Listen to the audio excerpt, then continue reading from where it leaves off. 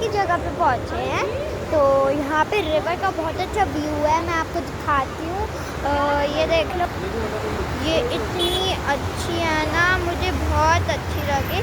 मैं वहाँ पे गई थी जब सुबह थी ना, तो मैं गई थी वहाँ पे।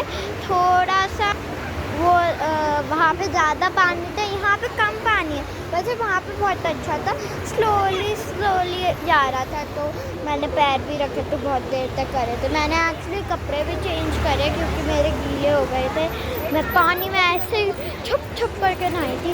तो ये बहुत अच्छी जगह है, रिवर का व्यू है यहाँ पे, बहुत अच्छा लग रहा है मुझे तो।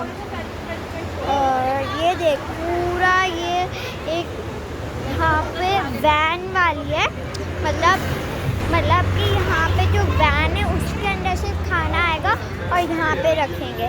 तो ऐसे है, वैसे आप खड़े होके ले भी सकते हो और ऐसे भी कर सकते हो, बट यहाँ पे बैठ के रिवर का व्यू देख के तो मज़ा आ जाता है और ठंड भी लगती है। तो यहाँ पे आप मनाली में आ सकते हो और ये बहुत अच्छी जगह है। ये शॉर्ट वीडियो बिकॉज